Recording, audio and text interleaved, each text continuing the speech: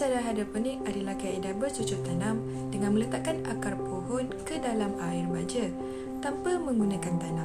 Kaedah ini menggunakan bahan seperti bulu mineral, sabut kelapa, pasir, batu-batu pecah, habuk kayu dan lain-lain untuk menggantikan tanah. Penanaman secara hidroponik dilakukan oleh individu sebagai hobi dan juga secara besar-besaran untuk tujuan komersial. Tanaman yang sesuai untuk ditanam secara hidroponik ialah tanaman jangka masa pendek seperti sayuran dan herba. Pokok hiasan, daun dan bunga yang bersaiz kecil juga boleh ditanam secara hidroponik. Tetapi, cara penanaman adalah berlainan mengikut jenis tanaman. Contohnya, bekas tanaman untuk sayuran buah seperti cili perlulah lebih besar berbanding sayuran daun seperti salad.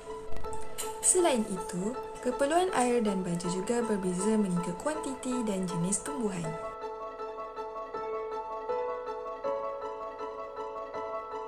Penanaman secara hidroponik mempunyai beberapa sistem seperti secara NFT yang digunakan untuk penanaman secara hidroponik berskala besar dan konsep weed system pula secara berskala kecil.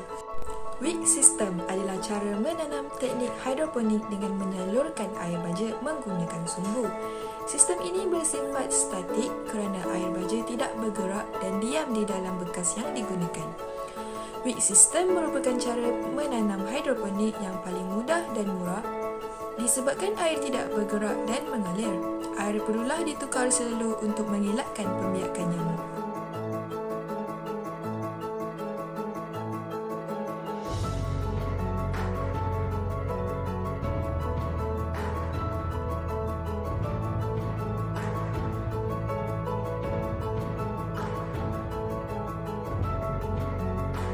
NFT sistem Newton Film Teknik adalah satu teknik di mana larutan air baja disalurkan secara berterusan dan mengalir menyentuh akar tanaman. Larutan baja pada sistem NFT disalurkan menggunakan pam tanpa timer. Sistem ini lebih sesuai untuk komersial dan bukan sebagai hobi kerana agak mahal dan juga menggunakan elektrik.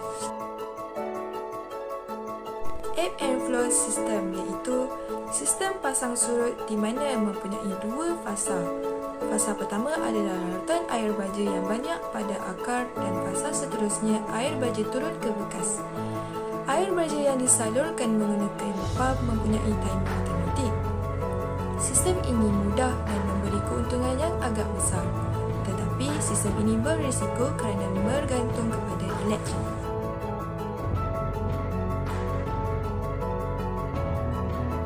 Drip system merupakan satu sistem hidroponik yang memberikan larutan baja pada tanaman dengan cara larutan baja dialirkan melalui pipe yang terus ke akar media tanah. Sistem ini boleh dilakukan menggunakan atau tanpa menggunakan pump. Aeroponik system merupakan sistem hidroponik yang paling canggih di antara sistem hidroponik yang lain dan dapat memberikan hasil yang terbaik. Sistem aeroponik adalah sistem menggantung akar dan air baja akan disemburkan ke akar dengan menggunakan pam tekanan tinggi. Akar tanaman lebih mudah menyerap baja kerana baja mengandungi oksigen yang banyak. Kelebihan sistem hidroponik adalah yang pertama, tidak memerlukan tanah sebagai media tanaman. Yang kedua, akar pokok boleh dipantau dengan cara mengangkat medium dan melihat akarnya. Yang ketiga, pembaziran baja tidak berlaku kerana air baja sentiasa dikitar semula. Seterusnya, tidak perlu menyiram baja setiap hari.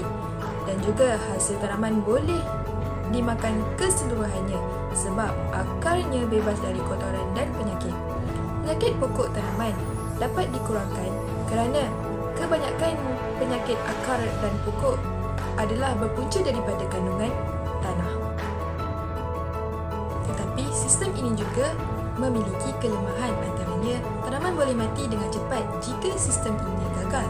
Yang kedua, hidroponik lebih rumit daripada menanam menggunakan tanah.